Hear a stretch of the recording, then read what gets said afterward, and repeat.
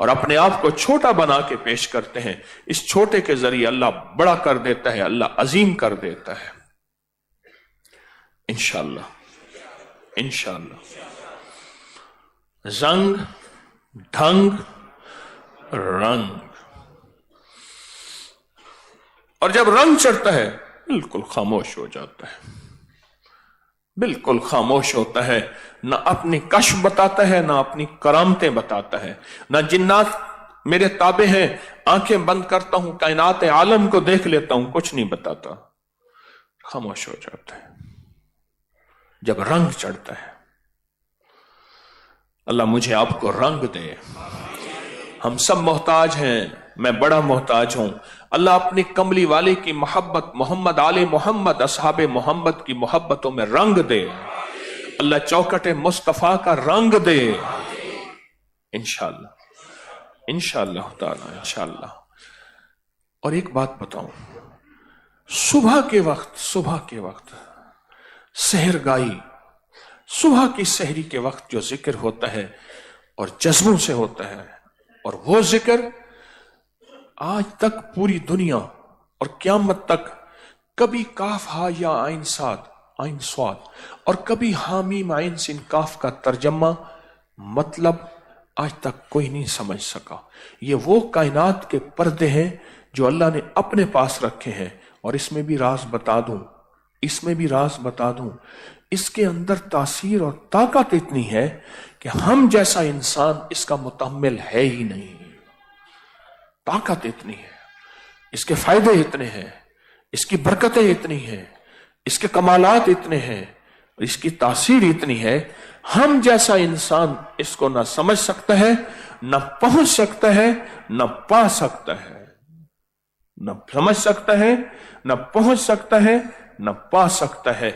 آپ جو بیٹھ کے صبح گڑ گڑا کے پڑھتے ہیں، بھکاری بن کے پڑھتے ہیں، محتاج بن کے پڑھتے ہیں، آپ نہیں سوچ سکتے کہ آپ نے دلوں کے اندر کیا جذب کر رہے اور کتنی بلائیں، آفتیں، کتنی مصیبتیں، پریشانیاں ٹال رہے۔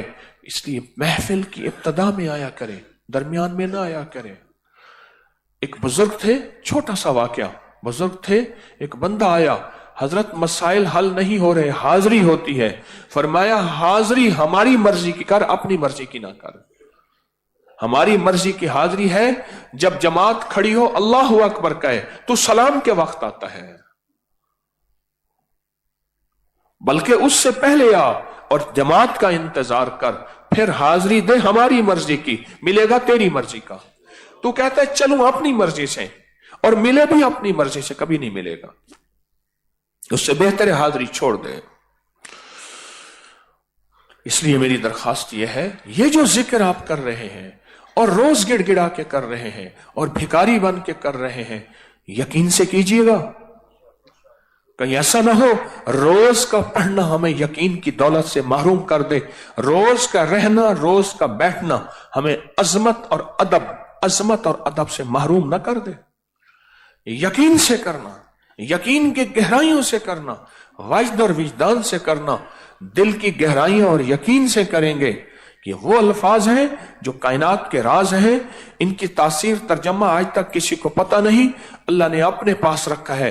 جب میں یہ الفاظ پکاروں گا، گڑ گڑاؤں گا، بھکاری بنوں گا، اللہ اپنی دولت کے خاص خزانے، عظمت، حفاظت، کفایت کی خاص عطائیں ایسی چھاؤں کر دے گا، بارش کر دے گا۔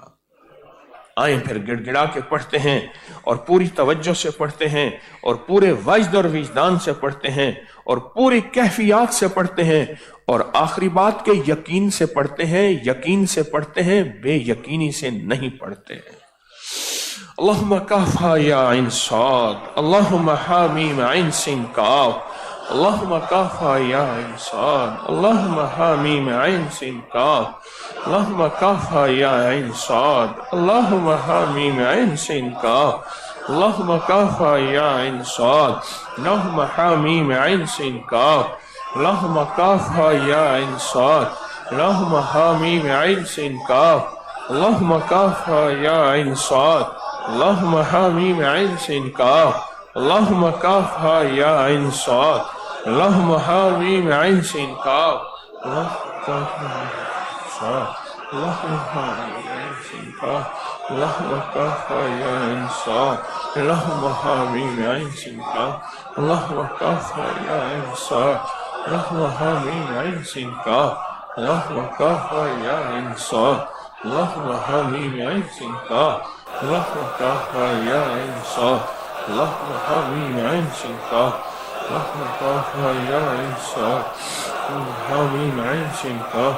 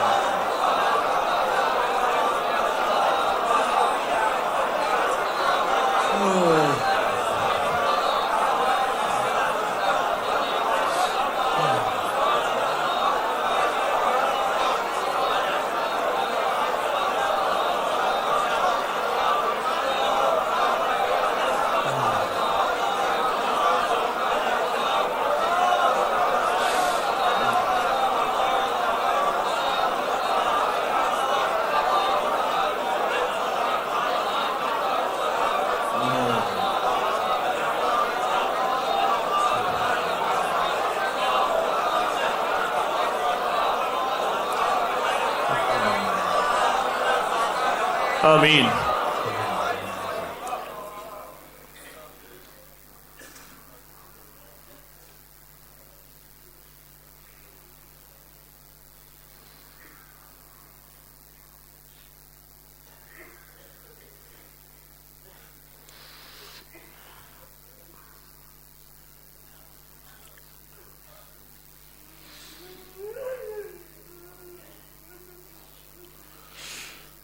ربنا تقبل منا إنك أنت السميع العليم.